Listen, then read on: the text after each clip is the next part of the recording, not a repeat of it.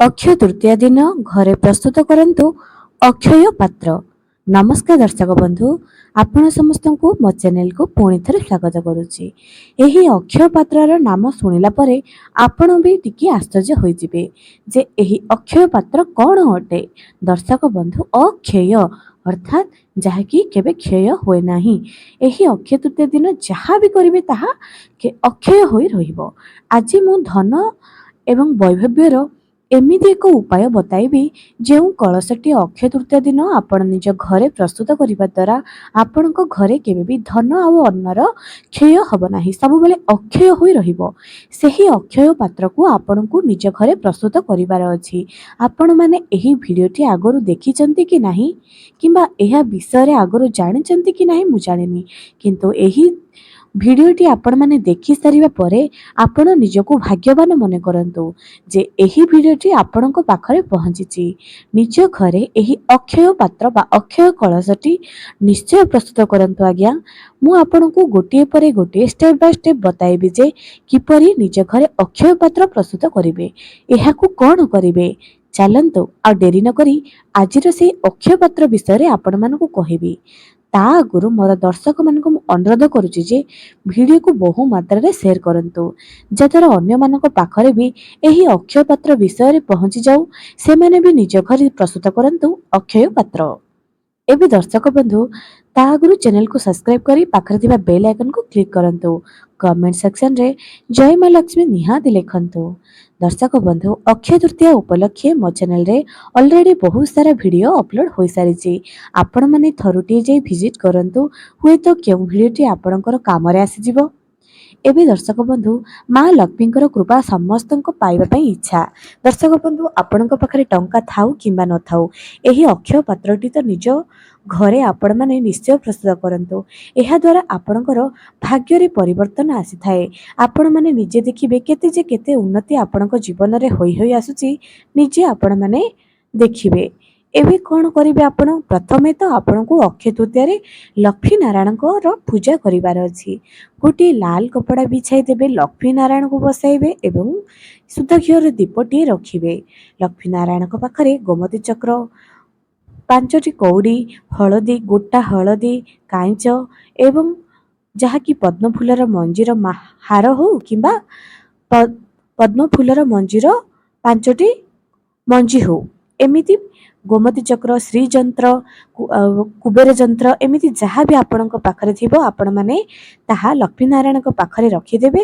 ସେଥିରେ ଆପଣ କିଛି ଗଙ୍ଗାଜଳ ସିଞ୍ଚନ କରିବେ, ଧୂପ, ଦୀପ ଏବଂ କ୍ଷୀରି ପ୍ରସ୍ତୁତ କରିବେ, ଚାଉଳ କ୍ଷୀରି ଲକ୍ଷ୍ମୀ ନାରାୟଣଙ୍କ ପାଖରେ ଭୋଗ ଦେବେ। ତାପରେ ଆପଣମାନେ କ'ଣ କରିବେ, ଲକ୍ଷ୍ମୀ ନାରାୟଣଙ୍କ ପାଖରେ ଆପଣମାନେ ସେଦିନ ଗୋଟିଏ ଅକ୍ଷୟ କଳସର ପାତ୍ର ବା ଅକ୍ଷୟ ପାତ୍ରଟି ପ୍ରସ୍ତୁତ କରିବେ। ପ୍ରଥମେ ଆପଣଙ୍କୁ ନା ଗୋଟା ଚାଉଳ ଯାହାକି ଖଣ୍ଡିତ ହୋଇନଥିବ, ଏହାକୁ ଆପଣ ପୂର୍ବରୁ ହିଁ ପ୍ରସ୍ତୁତ କରି କିଛି ରଖିଦେଇଥିବେ। କାରଣ ଅକ୍ଷୟ ତୃତୀୟା ଦିନ କେବେ ବି ଖଣ୍ଡିତ ହୋଇଥିବା ଜିନିଷକୁ ପୂଜା କରାଯାଏ ନାହିଁ। ଆପଣମାନେ ସେହି ଗୋଟିଏ ମାଟିର କଳସ ନେଇଯାଆନ୍ତୁ, ଏହାକୁ ଭଲ ଭାବରେ ହଳଦୀରେ ଲେପନ କରିଦିଅନ୍ତୁ। ସେଥିରେ ସ୍ୱାସ୍ତିକ ଅଙ୍କନ କରନ୍ତୁ ସିନ୍ଦୁରରେ। ସ୍ୱାସ୍ତିକ ଅଙ୍କନ କରିସାରିବା ପରେ ସେହି କଳସକୁ ଗୋଟିଏ ପ୍ଲେଟ୍ ଉପରେ କିଛି ଚାଉଳ ରଖିଦେବେ, ସେହି କଳସକୁ ବସାଇଦେବେ। କଳସ ଭିତରେ କିଛି ଅଖଣ୍ଡିତ ଚାଉଳକୁ ପକାଇଦେବେ। ତାପରେ ଆପଣ କିଛି ଗଙ୍ଗା ଜଳ ପକାଇଦେବେ। ତାପରେ ଆପଣମାନେ କ'ଣ ପକାଇବେ, କିଛି ଶୁଦ୍ଧ ଜଳ ପକାଇବେ। ସେ ଭିତରେ ଗୋଲାପର କିଛି ଫୁଲ ପକାଇଦେବେ ଏବଂ ସେହି ଭିତରେ ପକାଇ ଦିଅନ୍ତୁ 5ଟି କଏନ୍। ସେହି କଏନ୍ ଯେପରିକି 1 ଟଙ୍କିଆର 5ଟି ହୋଇଥିବ କିମ୍ବା 5 ଟଙ୍କିଆର 5ଟା ହୋଇଥିବ, ଏମିତି ହୋଇଥିବ। ଗୋଟି ଯେପରି 2 ଟଙ୍କାର 5ଟି ହୋଇଥିବ, ଏମିତି 5ଟି କଏନ୍ ସେହି କଳସ ଭିତରେ ପକାଇ ଦିଅନ୍ତୁ ଏବଂ ସେଥିରେ ପକାଇ ଦିଅନ୍ତୁ ହଳଦୀ, କିଛି ହଳଦୀ, ଲାଲ ଚନ୍ଦନ, କେଶର ପକାଇ ଦିଅନ୍ତୁ ସେହି ଅକ୍ଷୟ ପାତ୍ର ଭିତରେ ଏବଂ ସେଥିରେ ଆଉ କିଛି ଚାଉଳ ପକାଇ ଦିଅନ୍ତୁ। ଏତିକି କରିସାରିବା ପରେ ତା ଉପରେ ଗୋଟିଏ ଛୋଟିଆ ସରା ରଖିଦିଅନ୍ତୁ ଏବଂ ସେହି ସରା ଉପରେ ଗୋଟାଏ ଦୀପ ଜାଳି ଦିଅନ୍ତୁ ଏବଂ ଆଉ 4ଟି ଦୀପ ପ୍ରସ୍ତୁତ କରିବେ, ଯାହାକି ସେହି ଅକ୍ଷୟ ପାତ୍ର ବା ଅକ୍ଷୟ କଳସର ଚାରିପଟେ ସେହି ଦୀପକୁ ସୁସଜ୍ଜିତ କରିଦେବେ। गोटाए प्लेट उपर एहाको आपण मानकु करिवार अछि।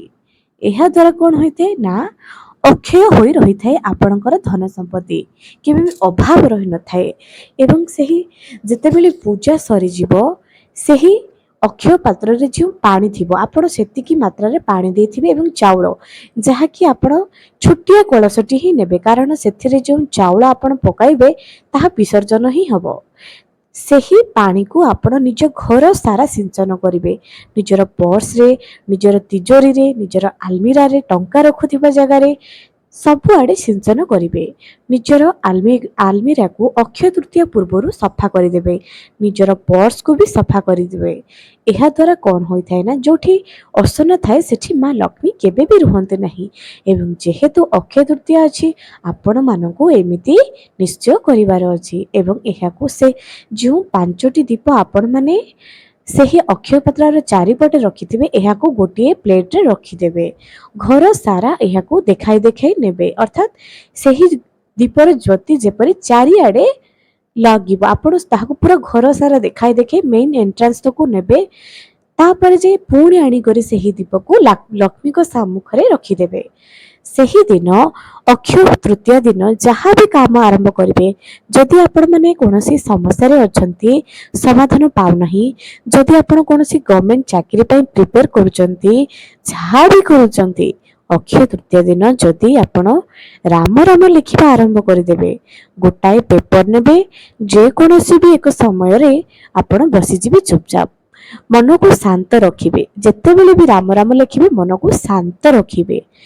ଗୋଟିଏ ରଙ୍ଗ ପେନ୍ ନେବେ, ଯେକୌଣସି ବି ଏକ ଖାତା ନେଇଯିବେ, ସେଥିରେ ରାମ ରାମ ଲେଖିବା ପ୍ରାରମ୍ଭ କରିଦେବେ। ଶ୍ରୀରାମ ଶ୍ରୀରାମ ଶ୍ରୀରାମ ଦିନକୁ ଯେତିକି ଲେଖିପାରନ୍ତି ଆପଣଙ୍କର ସମୟ ମୁତାବକ ନିଜର ଯେକୌଣସି ବି ଏକ ସମସ୍ୟାକୁ ପ୍ରଭୁଙ୍କୁ ଜଣାଇ କରି ଲେଖିବା ଆରମ୍ଭ କରିଦିଅନ୍ତୁ। ଏହାଦ୍ୱାରା କ'ଣ ହୋଇଥାଏ ନା ଆପଣଙ୍କର ଯାହା ବି ସମସ୍ୟା ଥିବ ଦେଖିବେ ଧୀରେ ଧୀରେ କିପରି ଦୂର ହୋଇଯିବ। ଆପଣ ନିଜେ ଆଶ୍ଚର୍ଯ୍ୟ ହୋଇଯିବେ ଯେ କେତେ ବଡ଼ ଚମତ୍କାର ଆପଣଙ୍କ ଜୀବନରେ ହୋଇଗଲା। ଏପରି କରିଦେବେ। ଏପରି କରିବା ପରେ ଆପଣ ଯେତେବେଳେ ପୁରା କମ୍ପ୍ଲିଟ୍ ହୋଇଯିବ ସେହି ଖାତା, ତାହାକୁ ରଙ୍ଗ କପଡ଼ାରେ ଗୁଡ଼ାଇ କରି ନିଜର ପୂଜା ଘରେ ରଖିଦେବେ। ଏହାଦ୍ୱାରା କ'ଣ ହୋଇଥାଏ ନା ଆପଣଙ୍କ ଘରକୁ ବୁରି ଶକ୍ତି ବା ନକାରାତ୍ମକ ଊର୍ଜା ବ୍ଲାକ୍ ମ୍ୟାଜିକ୍ ଆପଣଙ୍କ ଘରକୁ ଆସିପାରିନଥାଏ। ଘରେ ସୁନ୍ଦର ବାତାବରଣ ଆସିଯାଇଥାଏ। ଏହା ପ୍ରଥମ ଉପାୟ। ଦ୍ୱିତୀୟ ଉପାୟ, 1,00,000 ଥର ରାମ ରାମ ଲେଖିବେ। ଅକ୍ଷୟ ତୃତୀୟା ଦିନଠାରୁ ଆରମ୍ଭ କରନ୍ତୁ। ଏହା ବହୁତ ସୁନ୍ଦର ଦିନଟିଏ। ଏବଂ 1,00,000 ଯେତେବେଳେ ଗୋଟିଏ ଖାତାରେ ଆପଣ ରାମ ରାମ ଲେଖିଦେବେ, ଗୋଟିଏ ରଙ୍ଗ କପଡ଼ାରେ ବାନ୍ଧି କରି ଶିବଲିଙ୍ଗରେ ଅର୍ପଣ କରିବେ। ଦେବଦେବ ମହାଦେବଙ୍କୁ ରାମଙ୍କ ନାମ ଅତ୍ୟନ୍ତ ପ୍ରିୟ ଅଟେ। ଦେବଦେବ ମହାଦେବଙ୍କର ଦ୍ୱାଦଶ ରୂପ ହେଉଛନ୍ତି ହନୁମାନ। ଏହି 2 ଜଣଙ୍କୁ ରାମ ନାମ ଅତ୍ୟନ୍ତ ପ୍ରିୟ ଅଟେ। ଯଦି ଜୀବନରେ କୌଣସି ପରିବର୍ତ୍ତନ ଦେଖିବାକୁ ଚାହୁଁଛନ୍ତି, କୌଣସି ଚମତ୍କାର ଦେଖିବା ପାଇଁ ଚାହୁଁଛନ୍ତି, ଏହି ଉପାୟଟି ନିଜ ଘରେ କରିଦିଅନ୍ତୁ। ଆଜ୍ଞା ଦର୍ଶକ ବନ୍ଧୁ, ଏତେ ପରିବର୍ତ୍ତନ ଆପଣମାନେ ଦେଖିବେ ଯେ ନିଜେ ଆକସ୍ମିତ ହୋଇଯିବେ। ଏହି ଉପାୟଟି ଆପଣମାନେ ନିଶ୍ଚୟ କରନ୍ତୁ। ତା ଛଡ଼ା ନିଜର ଉତ୍ତର ପୂର୍ବ ଦିଗରେ ଗୋଟାଏ ଦୀପ ରଖିଦିଅନ୍ତୁ।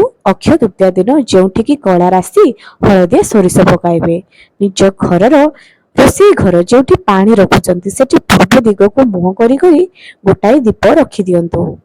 ଆଉ ଗୋଟିଏ ଦୀପ ଆପଣଙ୍କର ଦାଣ୍ଡର ମୁଖ୍ୟ ଦ୍ୱାରରେ, ଯାହାକି ଡାହାଣ ପଟେ ରହିବ। ଏବଂ ତାହା ବି ହଳଦିଆ ସୋରିଷ ପକାଇ କରି ଲକ୍ଷ୍ମୀ ନାରାୟଣଙ୍କ ଉଦ୍ଦେଶ୍ୟରେ ଦୀପଟିଏ ରଖିଦିଅନ୍ତୁ। ଏହା ଆପଣଙ୍କ ଘରକୁ ଆଲୋକିତ କରିଦେବ। ଅନ୍ଧାରରୁ ଆଲୋକକୁ ଆସିବାକୁ ଚାହୁଁଥିଲେ ଏହି ଉପାୟ ସବୁ ନିଶ୍ଚୟ କରନ୍ତୁ। ଏହି ଦିନ ମା ଲକ୍ଷ୍ମୀଙ୍କୁ କ୍ଷୀରି ଭୋଗ ଦେବା ପାଇଁ ଜମା ବି ଭୁଲନ୍ତୁ ନାହିଁ। ଏବଂ ସେହି କ୍ଷୀରି ଚାଉଳ କ୍ଷୀରି ହେବା ବହୁତ ଦରକାର ଅଟେ। ଏବେ ଦର୍ଶକ ବନ୍ଧୁ, ଏହି ଉପାୟଟି ଆପଣମାନଙ୍କୁ କିପରି ଲାଗିଲା ନିଶ୍ଚୟ ଜଣାଇବେ। ଏହି ଉପାୟଟି ଥରୁଟିଏ ନିଜ ଜୀବନରେ କରିକି ଦେଖନ୍ତୁ। ଆଜି ପାଇଁ ରହିଲି, ପୁଣି ଦେଖା ହେବ ଆଗାମୀ ଏକ ସୁନ୍ଦର ଭିଡ଼ିଓରେ।